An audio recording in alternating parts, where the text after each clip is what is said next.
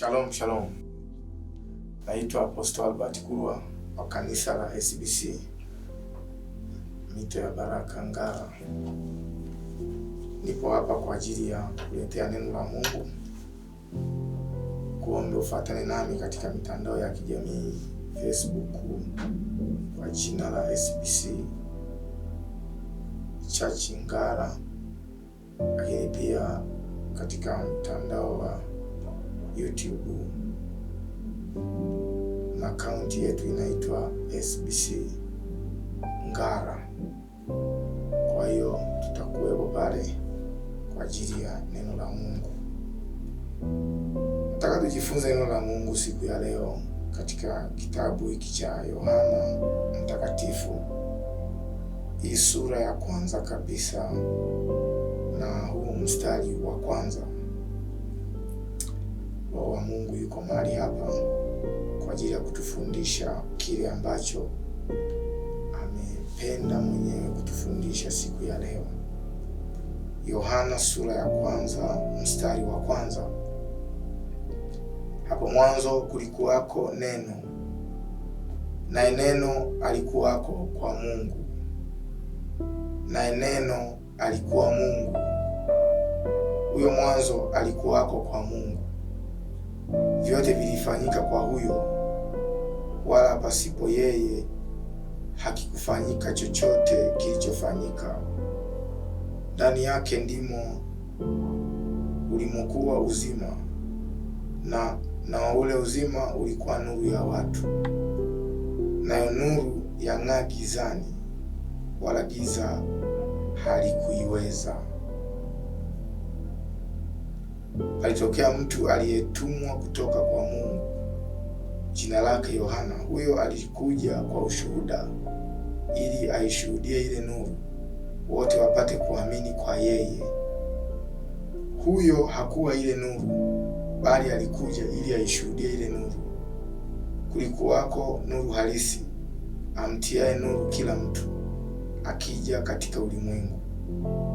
Alikuwako ulimwenguni, hata kwa yeye ulimwengu ulipata kuwako, wala ulimwengu haukumtambua. Alikuja kwake, wala walio wake hawakumpokea, bali wote waliompokea aliwapa uwezo wa kufanyika watoto wa Mungu, ndio wale waliaminio jina lake, waliozaliwa si kwa damu, wala si kwa mapenzi ya mwili, wala si kwa mapenzi ya mtu, bali kwa Mungu. Naye neno alifanyika mwili, akakaa kwetu, nasi tukauona utukufu wake, utukufu kama wa mwana pekee atokaye kwa Baba, amejaa neema na kweli. Mungu ulibariki neno hili kwa utukufu wa jina lako, katika jina la Yesu, amen. Haleluya.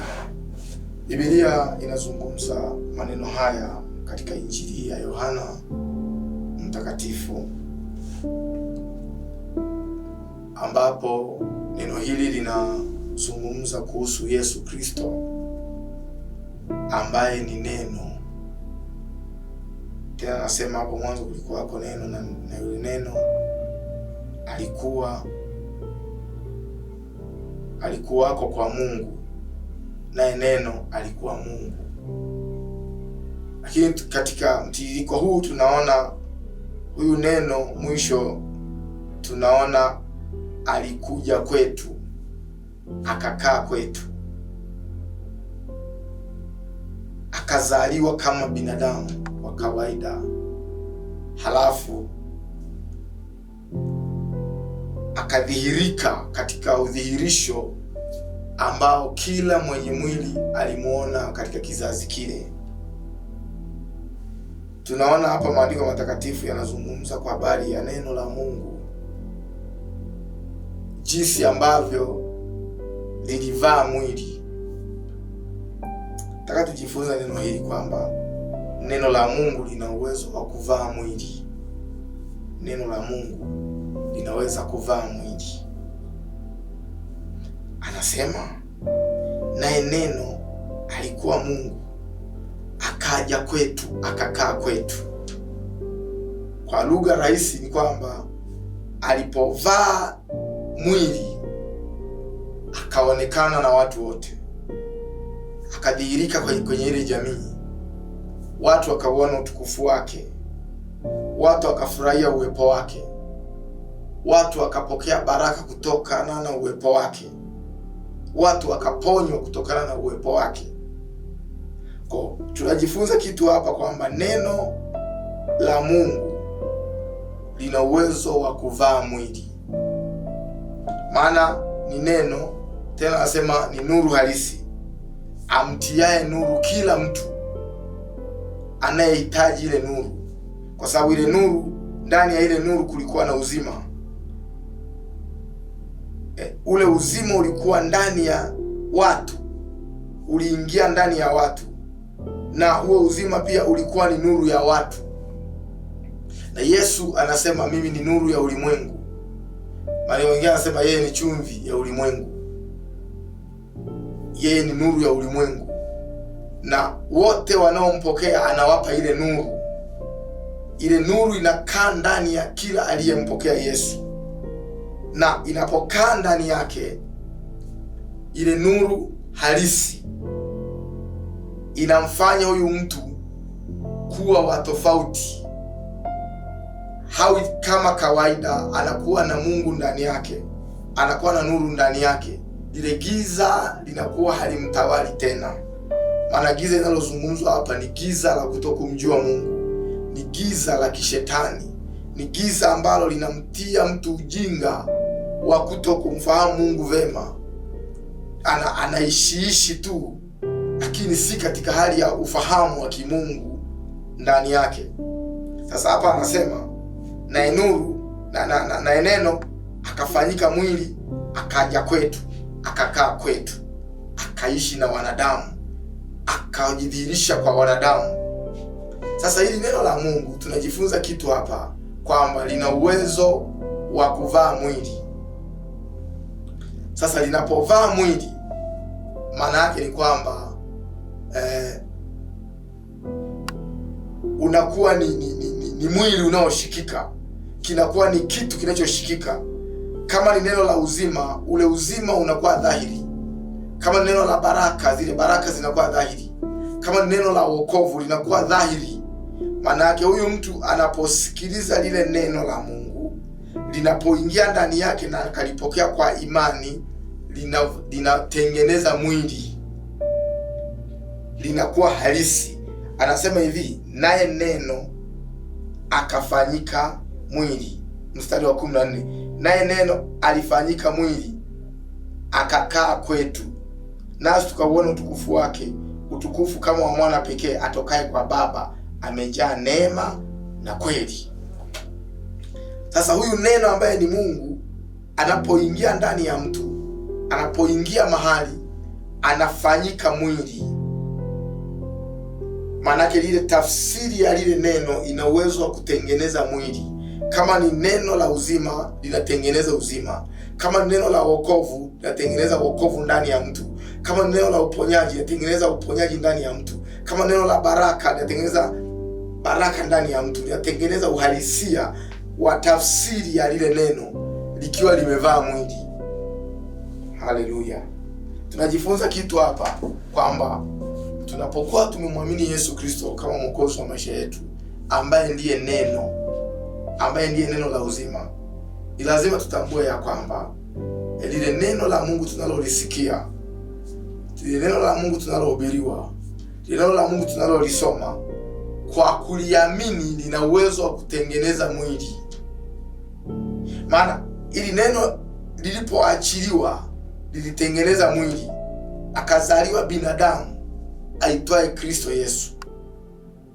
Sasa kama lile neno lilipoletwa kwa kinywa cha ujumbe wa malaika, malaika alimtokea Mariamu, anamsalimia, anamwambia salamu, umepata neema kwa Mungu, utazaa mtoto wa kiume, utamuita Yesu. Huyu atakuwa mkuu, mwana wa aliye juu. Anasema hili jambo haliwezekani kwa sababu mimi ni binti, sijawahi kutana na mwanaume, sijui mme, nawezaje kuzaa bila kukutana na mme? Yule malaika anamwambia hapana, Roho Mtakatifu atakujilia juu yako na nguvu zake zitakufunika na kitakachozaliwa ni kitakatifu. Manake lile neno la ujumbe ulioletwa kwa kinywa cha malaika ndilo lililotengeneza mwili, ndilo lililotengeneza uhalisia wa muonekano wa mtoto kuzaliwa.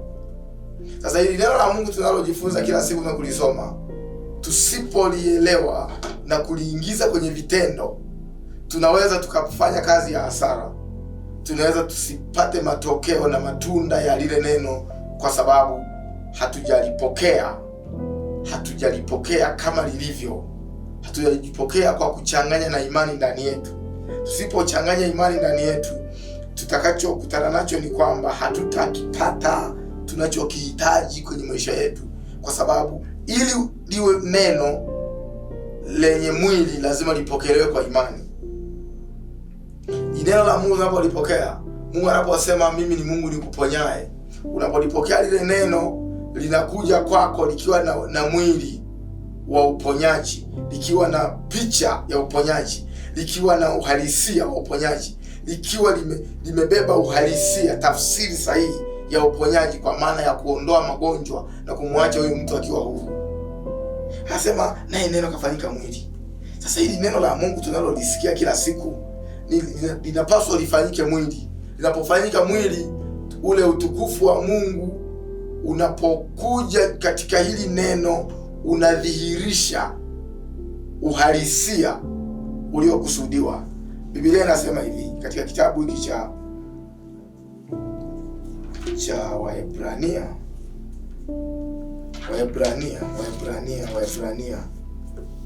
Tufungue kitabu cha Waebrania sura hii ya 4.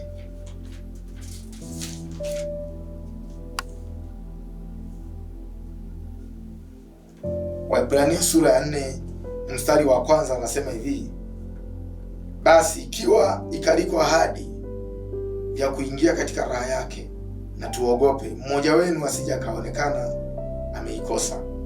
Maana ni kweli sisi nasi tumehubiriwa habari njema vile vile kama hao, lakini neno lile lililosikiwa halikuwafaa hao, kwa sababu halikuchanganyika na imani ndani yao waliosikia. Anasema kama kuna ahadi ambayo Mungu ameiahidi kwenye maisha yetu, na tuogope, ili asije mmoja wetu akaikosa hii ahadi ambayo Mungu ameiahidi kwenye maisha yetu. Anasema maana ni kweli sisi nasi tumehubiriwa habari njema vile vile kama hao. Hawa ni wana wa Israeli walikuwa wanatoka Misri wanaenda Kanaani, kwenye nchi ya ahadi. Walisikiliza mahubiri yaliyohubiriwa na nabii Musa. Musa akawafafanulia ile safari, akawaelewesha, lakini shida wao waliposikia lile neno hawakuchanganya imani ndani yao waliposikia. Kwa kilichotokea sasa, badala ya kuingia Kanaani walifia njiani. Wote wasioamini walifia njiani. Miongoni mwa wale waliotoka Misri, wanaume wengi zaidi ya 600,000 walioingia kwenye ile nchi walikuwa ni 2 tu: Yoshua mwana wa Yefune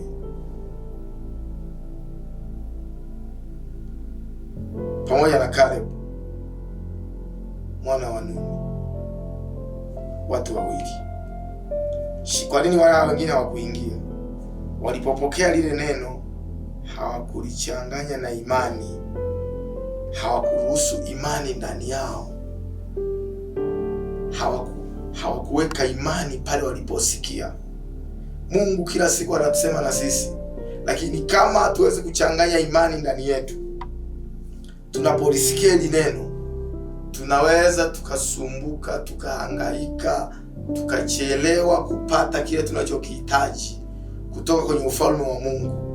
Kumbuka, ufalme huu umejaa kila kitu, umesheheni kila kitu, una vitu vyote ndani yake. Kuna uzima ndani yake kuna wokovu, ndani yake kuna uponyaji, ndani yake kuna utajiri, ndani yake kuna mema, ndani yake kuna kila kitu, ndani ya huu ufalme. Lakini shida pale tunapopokea hili neno bila kuchanganya imani, ndio tunajikuta hatupokei, hatufanikiwi, hatufikii malengo, kwa sababu tuliposikia hatukuchanganya imani ndani yake. Tuliposikia hawa wametoka Misri, wamepewa ahadi zote, wameona mapigo jinsi Mungu anapowapiga wa Misri, wameona matendo makuu ya Mungu, wameona jinsi Mungu anapowatenga wana wa Israeli na wa Misri kwa yale mapigo, wameona jinsi wazaliwa wa kwanza walivyopoteza maisha wa Kimisri na wakwao wakawa salama, wameona mifugo yao ilivyolindwa, wameona jinsi mvua ya mawe ilivyonyesha, wao hawakupata madhara yoyote, wameona chawa wakiwatesa wa Misri, wao hawakuteseka, wameona maji yana damu, lakini kwenye mabomba yao, kwenye visima vyao, kwenye maeneo ambayo wao wako wanachota maji hapa kuwepo na damu. Wameona matendo makuu, lakini shida hawakuchanganya imani. Hata safari walipoianza hawakuchanganya imani. Wameona bahari ya Shamu ikipisha, ikitoa njia, wakavuka katikati yake na wingu la utukufu likiwa limefunika juu ya maji, wakapita katika hali ya ushindi sana. Wameona jinsi wa Misri walivyoangamia na yale maji, lakini bado tu hawakuweka imani ndani yao. Na jambo hili ni tatizo kubwa kwa Wakristo, tatizo kubwa kwa watu wanaomwamini Mungu, kwa sababu wanaposikia neno la Mungu hawaweki imani ndani yao. Sasa kama uweki imani ndani yao, kuna sababu gani ya kusema umemwamini Mungu? Maana kama umemwamini Mungu na hauweki imani katika kuamini kwako, hiyo imani na hiyo kazi unayoifanya ni kazi ya hasara. Kwa sababu tunachotegemea hapa ni kwamba unapokuwa umemwamini Mungu katika Kristo Yesu, unapaswa kuchanganya imani katika kila neno analolisema Mungu. Yesu anasema mtu hataishi kwa mkate tu, bali kwa kila neno litokalo katika kinywa cha Mungu. Kwa kama hauwezi kukubali kuishi kwa neno, kama huwezi kukubali kuishi kwa neno jinsi Mungu anavyoagiza, jinsi Mungu anavyosema, hauna upendo, hauna uchaji ndani yako, hauna roho ya unyenyekevu ndani yako, hauna roho ya kujishusha ndani yako na kwa ajili ya wengine, kwa ajili ya ufalme wa Mungu, kwa ajili ya kazi ya Mungu, maana yake ni kwamba msingi wa kuamini kwako utakuwa uko kinyume na neno, kwa sababu neno la Mungu ndio taa, neno la Mungu ndio kiongozi, neno la Mungu ndio linalotutangulia mahali ambapo tunapaswa kufika. Lakini tunaona hawa ndugu zetu katika imani, wao hawakufanikiwa kuingia. Kwa nini? Waliposikia lile neno la imani, wao hawakulipokea wala hawakuchanganya imani ndani yao waliposikia. Badala yake sasa wakaanza vita na Musa, wakaanza vita na Musa, wakaanza kumshambulia, wakaanza kusema umetudanganya, kwani umetuleta kwenye nchi tunafia hapa? Kwa bora tungefia huko, bora tungefia Misri kuliko kufia jangwani. Waliongea vitu vingi vya ambao vinadhihirika wazi kwamba ndani yao hawakuwa wamechanganya na imani waliposikia. Kwa hiyo hakikisha katika maisha yako ya kila siku, katika imani hii ya Yesu Kristo mwana wa Mungu aliye hai, ni lazima uishi kwa kuamini. Ni lazima uwe na imani, uamini neno Mungu amesemaje. Yale ambayo Mungu ameyasema ni lazima uyaamini. Anasema mimi ni Mungu nikuponyaye, lazima uamini kuponywa. Mimi ni Mungu nikulindaye, watakuja kwa njia moja, nitawatawanya kwa njia 7. Lazima uamini kwamba ninalindwa na nguvu za Mungu kwa njia ya imani. Lakini usipoliamini hili neno, ule mwili unaotafsiri kauli ya Mungu hautakaa uone. Anasema shida ya hawa watu, walisikia neno, walisikia mahubiri kama unavyosikia, walisikia mafundisho kama unavyoyasikia, ninavyoyasikia na mimi, walisikia neno la Mungu, walisikia amri za Mungu, walisikia sheria za Mungu, walifundishwa vitu vingi kuhusu Mungu, lakini hawakuchanganya imani ndani yao waliposikia. Kwa nini anasema lazima tuchanganye imani? Tunapochanganya imani, lile neno linageuka kuwa mwili.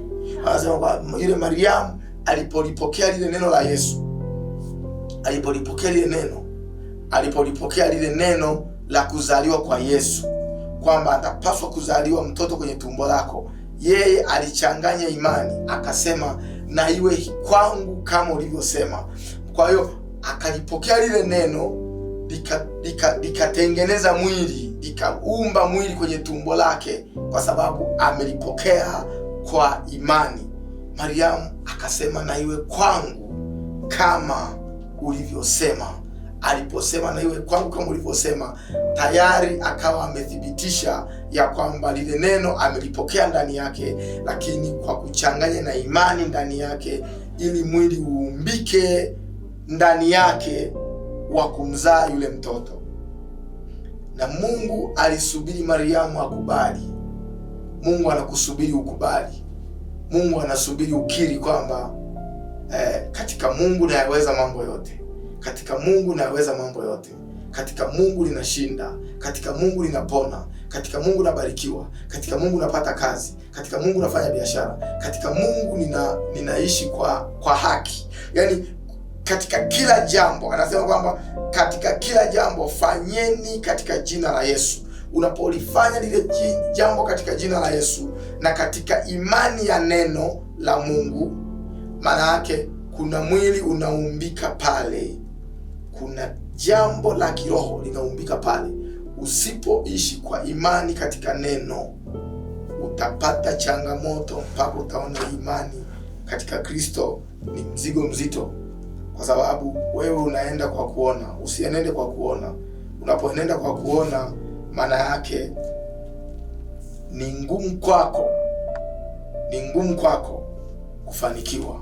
Biblia inasema katika kitabu hiki cha Mwanzo, angalia ile andiko, na kitabu cha Mwanzo sura ya 30, sura ya 30, tunaona hapa Yakobo anafanya mkataba na baba mkwe Labani. Alimbadilishia mshahara mara kumi. Ndivyo Biblia inavyosema. Kwa alikuwa kila akijaribu hivi anamdhulumu, akijaribu hivi anadhulumiwa. Baadaye Mungu akamsemesha kwa njia ya ndoto katika ulimwengu wa roho. Akaona anaenda kupata utajiri kwa kupitia hao wanyama. Wakaingia mkataba kwamba wenye milia na madoa watakuwa wa Yakobo, wasio na milia na madoa watakuwa wa Labani. Kwa alipolipokea lile neno la Mungu kwa kinywa cha malaika kwamba ameona mabeberu wakiwapanda majike na wanazaliwa watoto wenye milia na madoa, yeye akaliamini lile neno. Alipoliamini wakakubaliana, maandiko yanasema kwenye sura ya 30, anasema hivi, some kuanzia ule mstari wa 31. Mwanzo 30:31 anasema hivi, nitapita katika wanyama wako wote leo na kutoa huko kila mnyama aliye na madoa na marakaraka,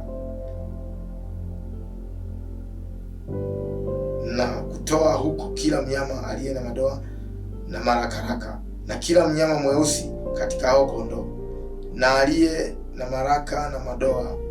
marakaraka na madoa katika mbuzi, nao watakuwa mshahara wangu, na haki yangu itanishuhudia katika siku zijazo, utakapokuja kwa habari ya mshahara wangu ulioko kwako. Kila asiye na madoa na marakaraka katika mbuzi, au asiye mweusi katika kondoo, akionekana kwangu, itahesabiwa kuwa ameibiwa. Labani akasema, tazama na iwe hivi kama usemavyo. Basi akatoa siku ile mbuzi waume walio na milia na madoa, na mbuzi wake walio na madoa na marakaraka, kila aliye na doa jeupe, na kondoo wote waliokuwa weusi, akawatia mkononi mwa wanawe. Kajitenga na Yakobo mwendo wa siku 3, naye Yakobo akachunga wanyama wa Labani waliosalia. Yakobo akatoa fimbo, fito za mlubna mbichi na mlozi na mwaramoni, akazibambua maganda, mistari meupe ionekane ndani ya hizo fito. Akazisimamisha fito hizo alizozibambua katika mabirika na ya kunyweshea maji, pale walipokuja wanyama wanywe, wakachukua mimba walipokuja kunywa. Huyu ni Yakobo, amezulumiwa kama mara 10, lakini alimsikia Mungu akimsemesha kwa habari ya kondoo wa milia na madoa, akaamini na wakakubaliana na mjomba. Pande mwingine ni baba mkwe anaitwa Laban akaondoa wenye milia na madoa. Yakobo akawa ameondoka, akaanza kuchunga tena,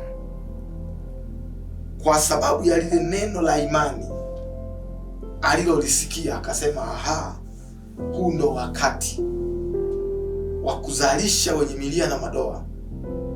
Ni kweli Mungu amenisemesha, lakini lazima na mimi nichukue hatua ya imani. Akakata fimbo za mrubi na zile fito, akazibambua, zikaonekana zina michirizi mieupe na mieusi. Akazisimika mahali ambapo kondoo wanakunywa maji. Kwa walipokuwa wakinywa maji, wale watoto wao waliokuwa kwenye matumbo yao mbuzi wakabadilika rangi, wakawa na milia na madoa, wakaanza kuzaliana. Kama tukiendelea kusoma huku, baada ya hawa kuzaliwa, Yakobo akawa anawaweka mbele. Anasema hivi, mstari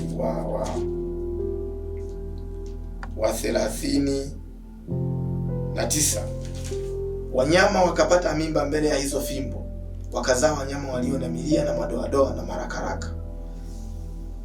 Na Yakobo akawatenga wanakondoo, akazielekeza nyuso za makundi zielekee wale walio na milia na kila aliyekuwa mweusi katika wanyama wa Labani. Baada ya hawa kuzaliwa, Biblia inasema akawa na waweka mbele, halafu hawa kondoo wenye mimba na wanaotarajiwa kubeba mimba wakawa wanakaa nyuma ili wawatazame wenye milia na madoa. Hii alipata wapi? Alisikia Mungu anazungumza naye tena kwenye ndoto, akaliamini ile neno, akatafuta mwili wa kondoo na mbuzi wenye madoa na milia. Usipochanganya imani ndani yako, unaweza ukajikuta unafanya kazi kubwa na ngumu ambayo haina faida. Mwamini Mungu, liamini neno, kwa sababu ukiliamini neno la utajiri litaleta mwili wa utajiri. Ukiliamini neno la uponyaji litaleta mwili wa uponyaji. Ukiliamini neno la kujenga nyumba litaleta mwili wa ile nyumba, litaleta wepesi katika hiyo nyumba, litaleta wepesi katika hayo maono ulionayo, kwa sababu kazi ya neno ni kuvaa mwili, na haliwezi kuvaa mwili mpaka ulipokee na kuliamini. Yule mwanamke ambaye alikuwa hajakutana na mwanaume, Biblia inasema huyo binti aliyekutana na malaika huyu Mariamu, maandiko anasema akasema, mimi sijui mme. Akamwambia, hapana, Roho Mtakatifu atakujilia juu yako na nguvu zake zitakufunika, utapata mtoto. Akasema, na iwe kwangu kama ulivyosema. Maana yake alipopokea lile neno likatengeneza mwili ndani yake. Unapopokea neno ndani yako, liwe ni la unabii, liwe ni lile unalolisoma na linagusa moyo wako, liwe ni mahubiri, kwa namna yoyote ile ambapo litagusa moyo wako, lipokee kwa imani. Ulichanganya na imani ndani yake, litakuletea matokeo chanya sawa sawa na uhitaji wako. Mimi niliyeko mbele yako naitwa Apostle Albert Kulwa wa kanisa la Streams of Blessing Church hapa Ngara mjini. Nikukaribishe kwenye ibada zetu. Karibu ungane nasi. Tutaendelea katika vipindi kwa tunajifunza neno la Mungu, na baadaye tutakuwa tunawasiliana. Kama unapiga simu, tutakuwa tunataja namba zetu hapa, unapiga simu. Kama una swali, unahitaji huduma ya maombezi, tunaomba pamoja. Lengo ni kuelimishana katika mambo ya Mungu, ili siku moja tukapate uzima wa milele tukiwa tumetakaswa kweli kweli, lakini tukiwa tumejaa. Tusiende mbinguni tumechoka, twende mbinguni tukiwa na ushindi kamili. Twende mbinguni tukiwa tumemshinda shetani kwa ukamilifu. Tumefanya kazi njema, tumepata kile ambacho Mungu ametukusudia tangu asili, na tukauona utukufu wake kwa namna kipekee. Nikukaribishe kwenye huduma hiyo. Tuko hapa Ngara mjini, jirani kabisa na gereji ya Msabomba. Mungu akubariki na kukuongoze, na mawasiliano yatakuwa pale chini ya skrini yako. Mungu akubariki, Mungu akutendee mema. Shalom.